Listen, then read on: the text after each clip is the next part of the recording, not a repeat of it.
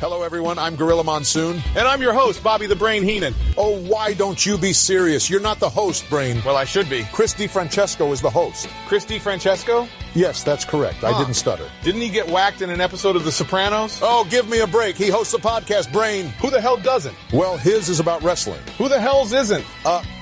He talks about old wrestling. Wow! What a novel idea. Oh, give me a break. Next, you're going to tell me he's got a wrestling-themed name for the show? Well, Come on, Monsoon, spit it out. it's the Hot Tag Wrestling Podcast, So what? and it's starting now. All right, what's going on, everybody? Welcome to the Hot Tag Wrestling Show. I'm Chris DiFrancesco, joined always by the one and only George Rogers. George, what's going on, man? How are you? Chris, I'm all right. That's good. That's good. I'm excited. It's Thursday. Other than it being absolutely bitter cold outside, and It's not even the cold, it's the fucking wind. oh yeah, it's the 35 mile per hour winds. I'm excited. Going to get our Christmas tree tomorrow. Ooh, So very much excited for that. Can't wait. you didn't ask me if I wanted to join. Well, That's all right. I actually want to, get a tree, not, make love near one. That's fair. So, hey, what's going on, Tyson? Thanks for checking in, man. We got a fun one tonight. As always, They're fun every night. They're just they're always fun. It's just a little more so. I know. But tonight, as always, continuing the series, which we're going to be doing for a very long time. We are all right now in the war room covering the Monday Night Wars Get outta in here. order. Outta here. And tonight we are covering Monday Nitro versus Monday Night Raw from December 4th, 1995. Yesterday is the 29th anniversary of that show. Should be a good one. I think Raw won the ratings battle here, a 2.6 to a 2.4. But I'll tell you what, as we've been seeing with these ratings now, the numbers are starting to go up. So at this moment right now, as we reach the end of 95 and we really go, this is that transition period for WCW as they roll into 1996, where by the summer, everything changes for World Championship Wrestling. We're here now in December of 95, George, and it still kind of feels like every week it's like the same show. You know what I mean? And we're seeing, not much storytelling unless it involves Hulk Hogan. We're seeing too much Hulk, a lot of hokey Hulk. And it's just these Nitros the past like 3 or 4 weeks have been kind of difficult to get through. As bad as the Raw, and I'm not sitting here dumping all over Nitro, because if you guys go back the last 3 or 4 weeks, you'll hear George and I just basically say, it's nauseating getting through Monday Night Raw. But as Hokey Hulk, that's right, I'm going to put that up there. As terrible as Raw has been, you don't get tired of seeing people. You don't see someone 5 or 6 times in a show. Where, George, at this point in December, we're hearing Hulk Hogan's name 15 times a show. It's like every segment. Yeah, it's really difficult. But all right, let's kind of get started now. We're going to cover WCW Monday Nitro first this week. So let's check out what the world was watching here on December 4th, 1995.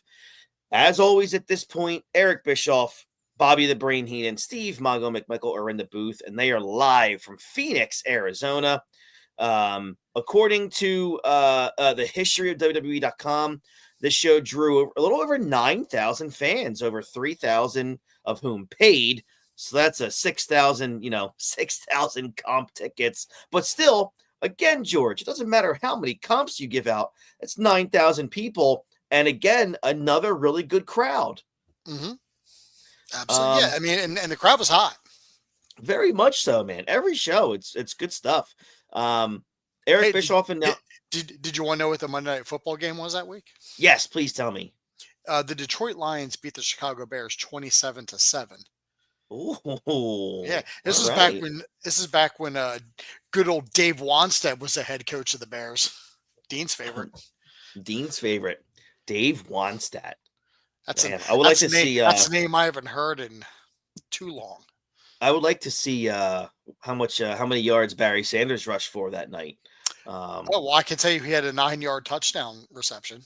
Okay, wow, a 9-yard reception. That's great. I'll give you some. You want some stats? I got do. some Oh, stats. you're right, Tyson. I forgot.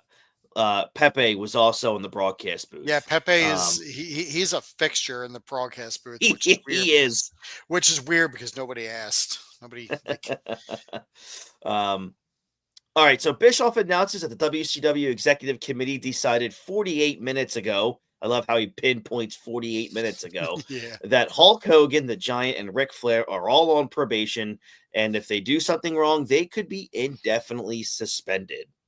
All right, but I just couldn't get over that he said 48 minutes ago. I'm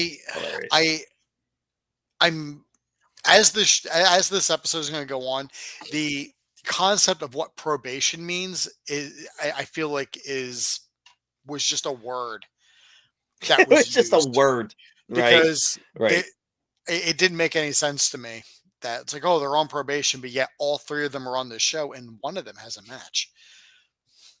Mm-hmm. Like, I'm just confused. I know. It's WCW 1995. Oh, silly me. Yeah, come on. Get with it here. Opening contest is for the WCW Tag Team Championship. Harlem Heat coming in as the champions. Defeat the American Males when Booker T pins Mr. Marcus Bagwell after a Harlem hangover at just under 8 minutes. Look, it wasn't awful. I'm gonna actually say, and I might say this often when we get further into these shows. I was always a massive fan of Harlem Heat. Maybe it was, Booker T. Maybe I was a huge fan of their entrance music. So maybe that's what drew me to them. Entrance music's so good, it's still being used today. I know. I just loved Booker T, Harlem Heat's theme song, and obviously Booker T's throughout his whole career. It's funny, he's used that song like everywhere he went. Even in TNA, it wasn't the actual song, but it was just a variation of it. But it was still the same. It wasn't like he came out to American Made or something. No, thank God. But it was okay. What was your thoughts on this one? Way too much energy and effort was put into this storyline between Sherry Martel and Colonel Tom Parker, or Robert Parker. Colonel Robert Parker. Colonel Tom Parker's the real person. That's right. But it was like way too much time was focused on it, and instead of the match, it's like who is watching this tag team match? But they're just invested in a storyline between two managers. That's all it really was. Really didn't care. And this was just a rematch of what we had on the second episode of Nitro. Yes, that's correct. Same thing. It was just bogus to me in terms of like what they were doing. Like, it's like, can I just enjoy a tag match between one really good tag team and one jobbers? Buff Bagwell. And the funny thing is, and I always say this, is the fact that we just watch Nitro. We don't watch Saturday Night. We don't review it. But this is another one of those instances where if all you watch is Nitro, even if you watch the pay-per-views, if you only watch Nitro and the pay-per-views, you have no idea why Harlem Heat has the tag team titles again. Great. That's a great point. Because the last time they don't talk about it. No, the last time we saw the tag team titles on this show is when Harlem Heat dropped them to the American Males. That was way back in September. We haven't seen real tag teams on this show until now. And it's the same two tag teams that we keep seeing. Right. And even, WCW was the same as WWF in 95 with the tag team division. Every week, they're just going to throw new teams out there. There's no real quote unquote contenders or anything like that. It's all about, who are we going to throw out there this week? And There the was just funny, it was just it sucked. yeah, the funny thing is that like they lost those tag titles, and they lost those tag titles technically like a week later or so, Mm-hmm. but the title change didn't aired on tape delay at the end of October. Mm-hmm. So that might be a reason why they just didn't have them on. I'm not trying to make excuses for it. Oh yeah, right. It's shitty regardless, but that's Yeah. probably the reason why they didn't feature them was the fact that they lost those titles like a week later at like Saturday, Mm-hmm. like an episode of Saturday Night, but it didn't air until October. So there was like a whole month-long period where I Right. guess people think that the American males have the tag titles and they really don't. Right. Ridiculous. It's just shitty. Although the one really good thing I It's just a liked in this hodgepodge, match, man. yeah, the Good. one really good thing I liked in this match was when Booker T did the spin-a-rooney and immediately got up and into like the Harlem Oh, sidekick. It yeah. Oh, flowed. Oof. yeah. It What was an like a waterfall. athlete Booker Yeah, T is. so fucking good. Gene Okerlund interviews Sting and Lex Luger. Sting lets Luger know that if he wins the world title tonight, he will have to go through him at Starrcade. Luger says Sting should worry about him in the triangle match at Starrcade if they do have to meet. This segment obviously recapped the obvious and just wasn't even a necessary promo. I think it was again, we just got to get Sting and Luger on screen. That's what this was. Which didn't matter because Sting literally had the match up next. I know. It was just terrible placement. Did you also notice that at the end of that promo, that idiot walked away? He walked back to the ramp and then walked down and did his entrance. That is correct. He walked just back up the ramp and then turned around and walked back down. I made note of that. I don't know if it was a planned spot. Yep. Or if it was the fact that Sting just forgot that he had a match coming up. That is correct. I made note of that. It was hilarious. Also, so tonight we have Lex Luger versus Macho Man for the world title. Mm-hmm.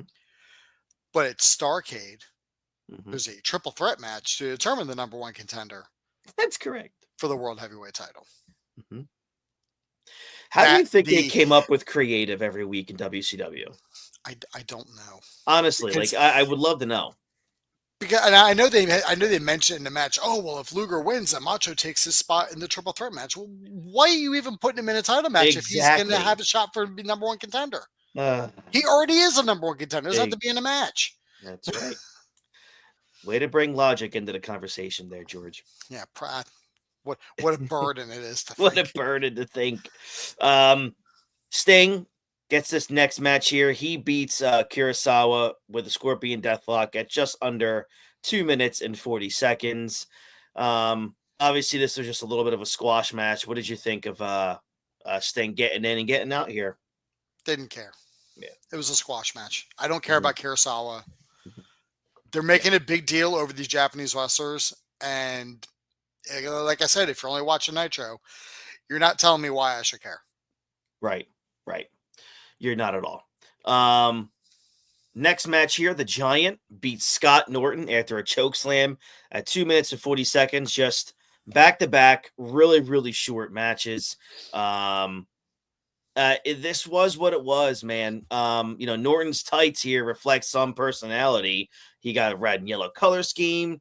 He's got the Flash nickname. He did kind of, give a pretty decent atomic drop to the Giant. I liked a few clotheslines, dazing the big man, the big stinky Giant. But then Norton just kind of dives right into a choke slam. It was okay. I liked it better than the Sting and Kurosawa match, that's for sure. And it did make the Giant look like a badass a little bit. What says you? It was just a squash match to me. I saw Scott Norton come out. I was like, all right, we got like a Scott Norton match. And then comes a Giant. I'm like, oh, you're already putting him in squash matches. After the match, Okerlund interviews Ric Flair, who comes out with Charles Barkley. Barkley puts over Flair as his pal, generating a heel reaction that would have been even better a year later if Barkley ripped off his shirt to reveal a Houston Rockets jersey. That would have been great. Flair says that Sting and Lex Luger better watch their back because he might call up Barkley to become a 4 horseman. At this point, it didn't really matter. Just bring anybody up and say they're part of the horsemen. Who the hell cares? This is like the worst kind of foreshadowing because it's like, Charles Boyce will show up. Who's going to show up next? Like, oh, it's Dennis Rodman and Karl Malone. Yeah. And again, though, George, this did not lead to anything. So it was just another wasted segment. It was just like they had to get Flair out there to say something. Yeah. No, I've not. Fuck him. Scotty Snort. So here we go. We are already, the hour has already passed, and it's the end of the hour has already arrived, and we're at the main event for WCW Nitro. Lex Luger defeats Randy Savage via disqualification when Hulk Hogan interferes right under the 14-minute mark. Look, I guess it is good booking to give Luger the first shot at Savage's title since he did beat Savage at World War III. But wrestling with a bad arm here, legit shoot bad arm. Savage tries to make Luger feel some pain by working his leg over for a long time. Savage is wearing that really large bandage that should probably have a "Please hit me here" sign on it. It should. But we get to the back. Red tape said. I know. Luger takes referee Randy Anderson down, making Anderson unable to kind of pinfall after Savage hits the flying elbow drop. Jimmy Hart tries to interfere. Savage grabs him, only to have Ric Flair run in and deck Savage with a foreign object. Flair struts himself to the locker room, only to be stopped by the Jack, Hulk Hogan, who chases him back into the ring and stops Anderson from counting Luger's pin on a knocked out Savage, which in turn helps Savage win via disqualification. This was probably the best Savage Luger match, even with the overbooking at the end. I actually enjoyed it. I enjoyed it. How about you? From a match standpoint, yeah, it was fantastic. From a match standpoint, that was like from like a booking standpoint with the afterbirth and everything after it. It's like this was like it was like you took what was a really good match, and just threw it out the window. And you're like, no, we're good here. You did.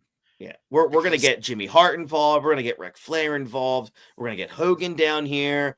Dude, why can't we just have a clean match? And then Sting shows up. And it's like it ends up being like a whole damn thing.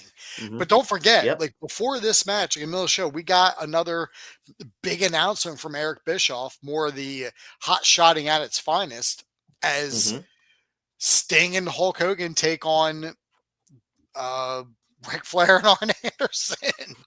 I know. Again, another pay-per-view. There's no need. Nope. There was no real buildup. The funny thing is that the buildup for that match happened during this match, but that match was announced before the main event. Right. Like with Flair coming down and interfering, like, and him and Hogan getting a kind of trade, like that was the most that we saw. It's like, oh, what are they going to do when they meet next week? It's like, I don't know. Yep. You fucking book the angle you book the angle after you book the fucking match. Yep. Mm-hmm. Hot shotting at its finest. It was. After the bell, Sting gets in Hogan's face while Savage tries to play peacemaker. We come back from a commercial break. Okerlund's interviewing Hogan, Sting, and Savage. He tells Hogan that he touched another referee that might get him a heavy penalty, but Hogan does not care that he is on probation. Sting reiterates that he is on Hogan's side for the upteenth time and that he is trying to straighten out Luger. Sting makes a good parallel to how Hogan sticks by Savage, so Hogan should quit attacking Luger, who is Sting's sidekick. Hogan demands that Sting keep Luger out of his face, neglecting the fact that he is the one that's interjecting himself in Luger's business and not vice versa. Yeah. In terms of character, Hogan is acting like a prima donna here, man. He's acting like a heel, like a whining heel. Since when is he Sting's like daddy who gets to tell him who he can associate with? It doesn't make sense. Your main babyface shouldn't be acting like a whiny bitch. No. Your main babyface should not be acting like 1995 Bret Hart. And we can't even sit there and be like, oh well, this is foreshadowing the heel turn later. No, it's not, because we know what the history of that is. Right. It wasn't even in the writing yet. It wasn't even a thought yet. Yeah, I agree. Or anything. So it's just like it's off-putting. But it is. It almost makes you feel like that Hogan just being interjecting this was just another way of holding down whoever else was holding that belt. Yeah. You got another face holding that belt? Pff, bullshit. Hogan's got to stick his nose into it because he can't help himself. He has to be involved somewhere. Yeah. And I was thinking before, like with the fact that the Horsemen and Flair have been given nothing since start this whole Starrcade or since Nitro has even started. Yeah, he had like a little bit of a feud with Arn, but it just turned into be more like BS. He resides with Arn, forms the Horsemen, and then proceed to do nothing. You're right. You're absolutely correct. The Dungeon of Doom has had more to do than the Horseman has, and that's sacrilegious to even say that. I know. But then it also made me wonder: is this more of the intuition of the brother man who's like, well, I'm not in the program with the Horsemen, so why do you have to feature them? Absolutely. I've come to now basically. If anyone tells me now, you're damn right, Tyson. It's not going to work for me, brother. Not gonna work for me, brother. That's I can't believe that's not a shirt yet. I'm now a firm believer, George. When I see anything wrong with like a main event area of Nitro, it's got to have Hogan's fingerprints all over it. Mm-hmm. There's nothing that can tell me otherwise because you could just tell. You could just tell that these things have Hogan written all over it. Of course, Sting humbly agrees to do Hogan's bidding and keep Luger away from him, a promise that will likely be hard to keep as we get to later weeks. So like George said, you got to tune in next week to see Hulk Hogan and Sting face Ric Flair and Arn Anderson with no build-up. Good stuff there. Look, the ending segment should have continued a long burn to a monster, Sting and Lex Luger main event for Starrcade or Super Brawl. But, WCW never even ran that match, even though it probably would have drew a really good amount of money. And it would have drew a lot more interest than WCW New Japan World Cup competition bullshit. Oh, yeah. We finally got to know something about what was going on with the Japanese wrestlers. I know. And it turns out it's this. Yeah, I still would have rather have seen Sting and Lex. It would have been, I still would have liked to have seen Sting and Lex versus the monster, maniacs, Hogan and Macho. That would have been ideal to me. That's a big draw. That's your four biggest high paying stars at your, what they would consider the WrestleMania event for WCW. Do you know what's trash? When you kind of look ahead to Starrcade, I mean, the fact that Starrcade is being booked as this World Cup thing is nonsense because this is your number one pay-per-view. This is your WrestleMania, and you're doing it for a fucking bragging rights and have Raw versus SmackDown. Mm-hmm. This is your biggest pay-per-view of the year. Hogan's not on this card for Starrcade. Yeah, I know. Hogan's he's making sure to be part of the main event every Nitro. That's my problem. Hogan's not even on the card for Starrcade, but yet I'm seeing more of him than I'm seeing of people who are in Starrcade. I don't know who the United States champion is right now.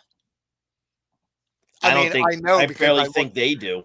I mean, I know because I looked up it's Kensuke Sasaki, but I don't know when he won that belt because the last thing I remembered, Sting had that belt. Yeah. And if it's you got to watch the pay-per-views. Well, I understand that, but most people couldn't afford the prices for pay-per-views. So if all you did was watch Nitro or Saturday night, if you could even watch Saturday night, if you didn't, I mean, people did things in the 90s. I don't know if you remember that. Mm-hmm. Just like how people do things now. It's why Collision's only getting 126,000 viewers because people fucking do things. Yep. idiots. But if you're only watching Nitro, you have no idea where any of these other titles are or who has them. No, I know, and that's a problem. Big, big, big time problem. I know who the Intercontinental Champion is on Raw. I know who the World Champion is on Raw. I mean, I don't know who the tag titles. I don't know who has the tag titles at this point. Last I remember was the Smoking Guns, but that could be wrong by now. Yeah, you could be wrong because we don't see them. But the point is, like, my point is, at least over on the other show, we know who the principal champions are. Mm-hmm. They're not even getting featured here because we need to have another Jimmy Hart rant promo. Jimmy Hart, man. Jimmy Hart. All right. So, like I was saying, it is also refreshing a little bit that Hogan is part of a, less cartoonish storyline here after feuding with the DOD for the better part of 4 months, 5 months. Overall, though, George, it was a good Nitro. It was a good main event. Obviously, the run-ins at the end got kind of annoying and just overbooked a little bit, but I do believe that the action was pretty decent for the most part. The two long matches they had some sort of like horse shittery going on. Yeah, like with the tag team match, it was Colonel Robert Parker coming out for no fucking reason to have an angle with Sherry, which I guess we're still doing that from 2 months ago. Mm-hmm. And then all the nonsense in the time match. Everything else was a 2-minute squash. Yeah. Yep. So like, it's like, whereas they have the good matches, they ruin it themselves by the shitty overbooking.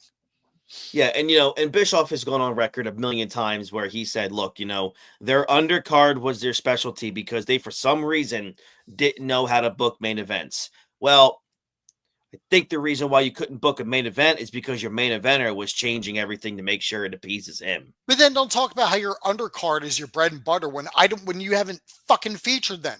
Mm-hmm. Yep. I'm seeing Sting and Hogan 3 times a night for no fucking reason.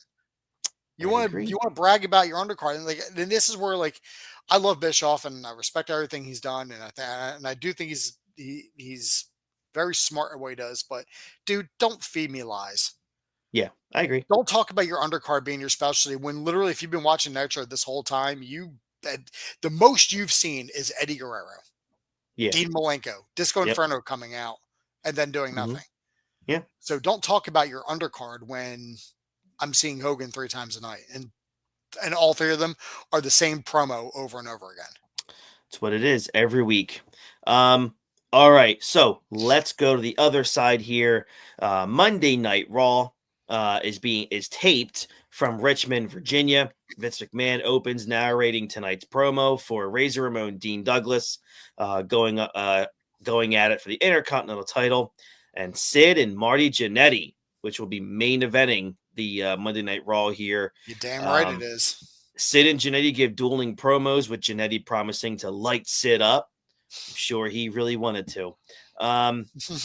Opening contest here, the British Bulldog defeats Bob Holly after a running power slam at just over 5 minutes. Look, the Bulldog gets everything he asked for in his tune-up match for the In Your House pay-per-view. Holly does get a couple near falls. The crowd knows that Holly is, probably obviously going to just get mutilated any moment here. So obviously they're not going to be getting behind him. But you get to the end, Holly's giving so much offense against a world title contender was probably not the best idea, George, to build interest for British Bulldog against Brett in a few weeks. I still think overall it was a really, really good opening contest for Raw, but it did not do Bulldog any favors. Oh, it did Bulldog no favors. And the reason why it did Bulldog no favors is Bob Holly will wrestle circles around him. That's why. Yeah. All the respect to Bulldog. I love him, but shit, facts are facts. Bob Holly's Bob Holly. Yeah. Imagine if on the way out to the ring, somebody had told old Sparky Plug, hey, British Bulldog's a rookie. just to see what he would do. I know. He'd be like, "What?" You know And what's then shave funny? and shave his head and dye it blonde and walk out with a giant scale. Yeah, and it's crazy when you look at this it's so ironic when you look at this match here, where if this was Bret Hart in this situation, he would be whining nonstop that this is a match that doesn't make me look strong. Yeah. You know, where's Bret here defending, his cousin or his brother-in-law or whatever, saying, look, Bulldog's got to go out there and just run over Bob Holly to make him look like a really good, devastating heel going up against me in a few weeks. So again, I just really thought it was a really good match, but I think Vince really booked this poorly because this is your main event coming up against Bret the Hitman Hart, and Bulldog looks like a very weak man here. Well, I mean, do you really think Bret's going to come out and bitch about that? Because the weaker Bulldog looks, the stronger he looks. Oh, that's right. Good point. Touche. Bret looks great. He's loving this right now. Yeah. Yeah, he's loving it. Footage of Bob Backlund attacking Bret Hart and Bob over this past week of WWF shows is aired. McMahon says that Backlund will face Bret in a non-title match on next week's show. Backlund lost his mind. Oh, non-title. I want to be God again. Lawler interviews Backlund, who is in the crowd campaigning. Backlund gets very upset when he finds out that the match is non-title. He just spazzes out. It's like corny, but it gives it's like a shot of life, though. It is. I love when he said he needs a title to reign over the plebeians. Yeah. What a line. I mean, that is the line of the year to me. During the commercial break, Backlund finds a sound guy who cuts off his microphone for a commercial break and later puts him in a cross-faced chicken wing. It's so good. In my mind, the sound guy was Shane McMahon. Yeah, exactly. Next match here, Fatu beats the Brooklyn Brawler after a top ropes match at about a minute and a half. I mean, Fatu clearly just barely breaks a sweat here. Just definitely killing some television time, as Jerry the King Lawler during the match is discussing concussions in the NFL. I hated how in '95 Vince made it a point almost every week to make sure he included something that is a pop culture reference that like almost defends what he does in the WWF. Yeah. But it's like a pop culture reference that goes the wrong way. It always goes the wrong way. He can sit there and like make a reference. It's like, oh, like the NFL, like, oh, we're just good at the NFL. It's like, hey, concussions, right? Hilarious. Oh, that's good. Let's go to Bill Clinton in the stands. Can you imagine? Can you imagine like you have this same mentality in your announcing team right now, where someone like Tua Tagovailoa is? They'd be Lawler being like, oh, he should be out there wrestling in a foam. He should be out there having football games in a foam helmet. Oh my God! Like wrap him up in bubble wrap or some shit. It's like, yeah, for a fact, like if Vince was still in charge of the announcers, with a Tua thing and all the crap happening, Pat McAfee would have been forced to talk about concussions at some point by now. We got Tua's head is like one of those footballs I used to punt 70 yards. And then he'd jump up on the announce table and do air guitar during Shinsuke's entrance. Yeah, Pat, in his ear. Mr. Perfect used to punt himself the ball.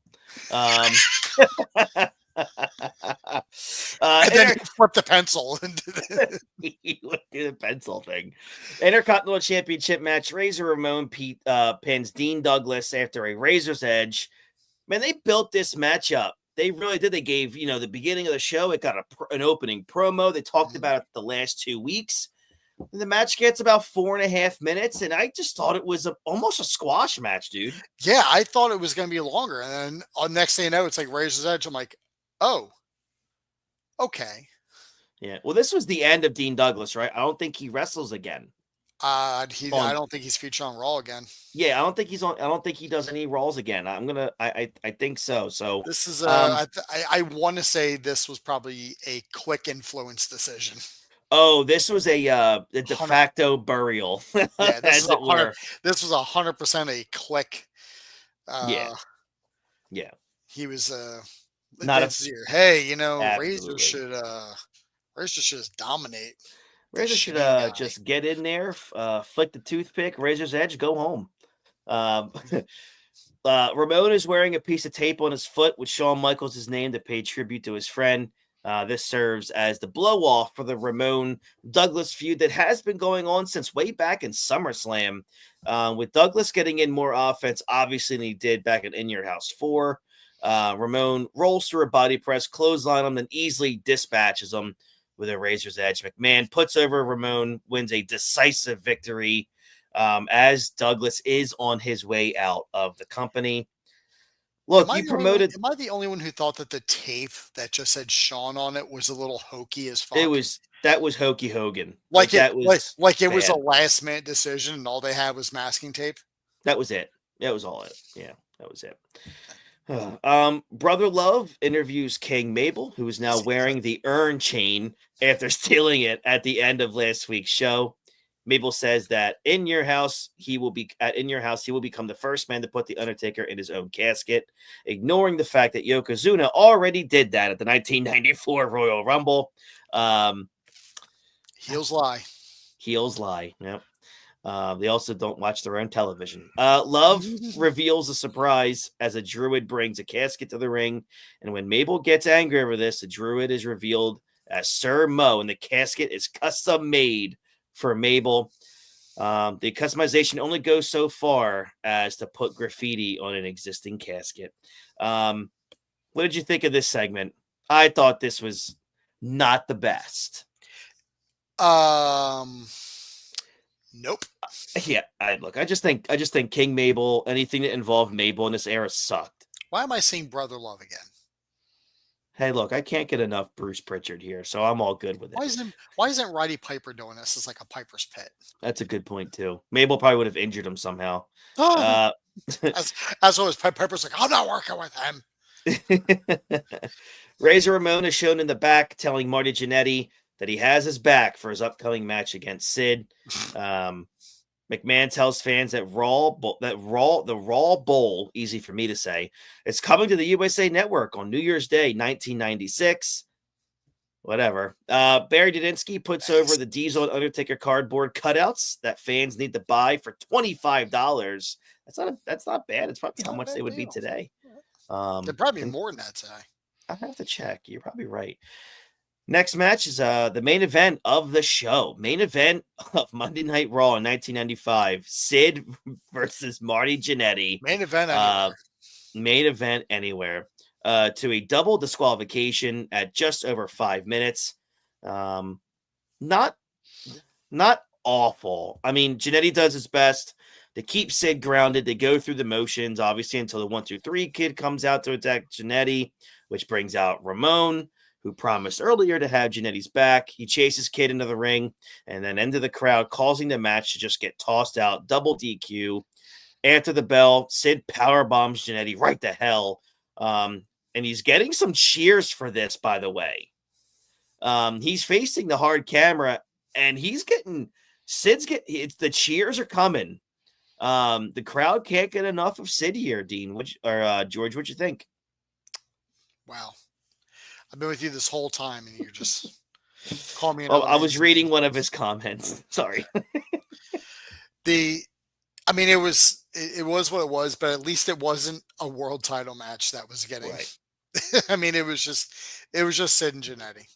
Yeah, it was bad. It was rough, man. This episode could have used a little bit of Bret Hart, or Taker. Yeah. I mean, why not? I mean, Diesel, just give me something. Dr. Jeffrey Unger, Shawn Michaels' personal physician, runs down the negative effects of post-concussion syndrome, and he tells Todd Pettengill that Michaels' tests have not gone well and that he may never fully recover. I wonder if he ever wrestles again. He says that Shawn may have to retire. McMahon then chimes in that Shawn's injury has made everyone reevaluate how they view WWF superstars, doing a great voiceover to make fans sympathetic to what Michaels is going through. And tune in next week to see WWF champion Bret Hart face Bob Backlund in a non-title match. As lies go, that's one of the best. It was. Look, and you and I talked about this even with the opener. The card looked really good on paper. But after that opener, man, everything was just filler. Ramon and Dean Douglas never had chemistry in the entire rivalry.